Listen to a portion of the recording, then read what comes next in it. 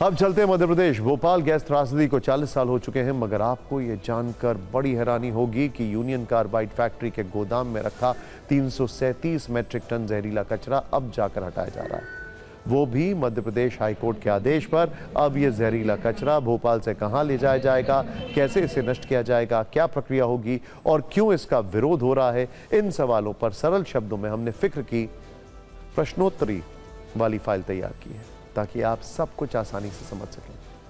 पहला प्रश्न, जहरीले कचरे को कहां नष्ट किया जाएगा? तो इसका उत्तर यह है कि भोपाल से 337 मैट्रिक टन जहरीले कचरे को इंदौर के पीथमपुर ले जाया जाएगा। दूसरा प्रश्न, कचरे को पीथमपुर कैसे ले जाया जाएगा? तो इसे 12 कंटेनर में एक साथ लोकेशन तक पहुंचाया जाएगा। इसके लिए 250 किलोमीटर लंबा ग्रीन कॉरिडोर बनेगा। तीसरा प्रश्न, क्या कचरे की पैकिंग हो चुकी है? उत्तर है हाँ। जहरीले कचरे को बैग में भरने का काम सोमवार को पूरा हो गया। इन बैग्स को कंटेनर में लोड किया जा रहा है। एक कंटेनर में औसतन 30 टन कचरा होगा। चौथा प्रश्न, जहरीले कचरे को निपटाने में कितने मजदूर जुटे हैं? तो उत्तर यह है कि 200 से ज्यादा मजदूर कचरा भरने में जुटे हुए हैं। पांचवा प्रश्न, क्या क्या सावधानी बरती जा रही है? पीपीआई किट और दस्ताने पहनकर मजदूर काम में जुटे हैं।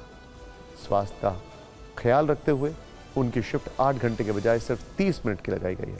हर मजदूर की जेब में ब्लड प्रेशर की निगरानी करने वाली मशीन भी है ताकि अगर उन्हें कोई दिक्कत हुई तो तुरंत उसका पता चल जाए। छठा प्रश्न, जहरीले कचरे को पीथमपुर में कैसे नष्ट किया जाएगा? इसका उत्तर है, शुरुआत में कचरे का कुछ हिस्सा जलाकर इसकी वैज्ञानिक जांच की जाएगी। कोई हानिकारक तत्व या गैस नहीं हुई तो काम आगे बढ़ाया जाएगा। सातवां प्रश्न, रासायनिक कचरे को जलाने में कितना समय लगने का अनुमान है? अगर सब ठीक ठाक रहा तो 3 महीने में कचरा नष्ट हो जाएगा।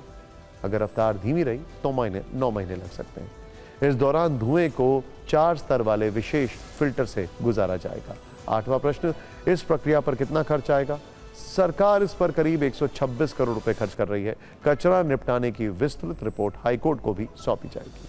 सरकार के साथ वैज्ञानिकों के लिए भी ये प्रक्रिया खतरों और चुनौतियों से भरी है, इसीलिए हर कदम फूंक फूंक कर रखा जाएगा। टीवी 9 भारतवर्ष की टीम ने भोपाल में ग्राउंड जीरो का दौरा किया। हमारे संवाददाता शुभम गुप्ता ने आपके लिए ग्राउंड रिपोर्ट भेजी है। 2 और 3 दिसंबर की रात को भोपाल में जो गैस त्रासदी हुई उससे हजारों लोगों की जान गई और लाखों लोग प्रभावित हुए।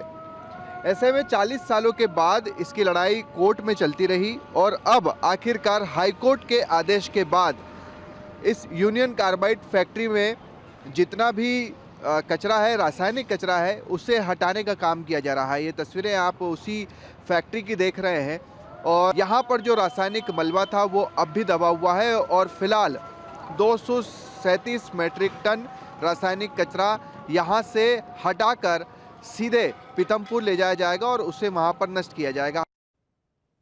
2 और 3 दिसंबर 1984 की रात हुई भोपाल गैस त्रासदी को कौन भूल सकता है? उस रात अमेरिकी कंपनी यूनियन कार्बाइड की फैक्ट्री से जहरीली गैस मिथाइल आइसोसाइनेट लीक हुई थी, जिसमें 5295 लोग मारे गए थे, जबकि 5 लाख लोग सेहत से जुड़ी समस्याओं से जूझते रहे।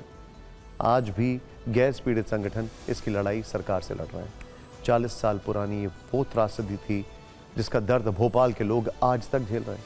ऐसे में जब पीथमपुर के लोगों को ये पता चला कि उनके इलाके में ये जहरीला कचरा जलाया जाएगा तो वो सड़कों पर उतर आए। कई संगठन उनके पीछे खड़े हैं। उनके दिल में 1984 का खौफ समाया हुआ है।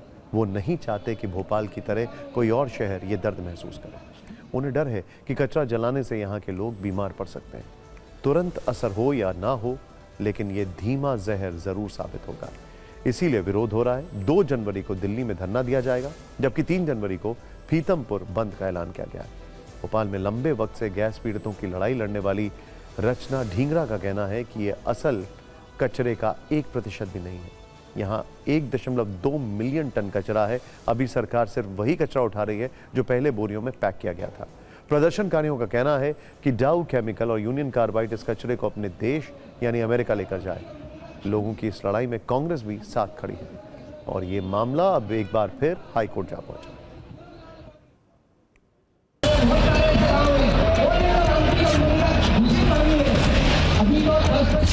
यूनियन कार्बाइड का जो भोपाल त्रासदी का कचरा है वो ना जलाया जाए यहाँ पर। इसके विरोध में हम सभी लोगों ने यहाँ पर एक ज्ञापन दिया है पीथमपुर में। हाथों में काली पट्टियां बांधकर विरोध प्रदर्शन पद यात्रा के माध्यम से किया गया। तक हम हमारे अधिकार के लिए लड़ रहे हैं। इसको जलाने से भोपाल के लोगों का कोई फायदा नहीं है, प्रदूषण आगे बढ़ता जा रहा है, बल्कि इसको जलाने से और गाड़ने से पीथमपुर और इंदौर के लोगों, स्वास्थ्य और पर्यावरण को भारी नुकसान है।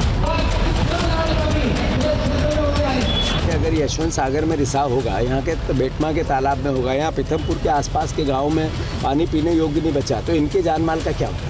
तो कोर्ट क्या कहता है वो अपनी जगह है, पर सरकार का दायित्व क्या है वो अपनी जगह है। तो सरकार दायित्व निभाए।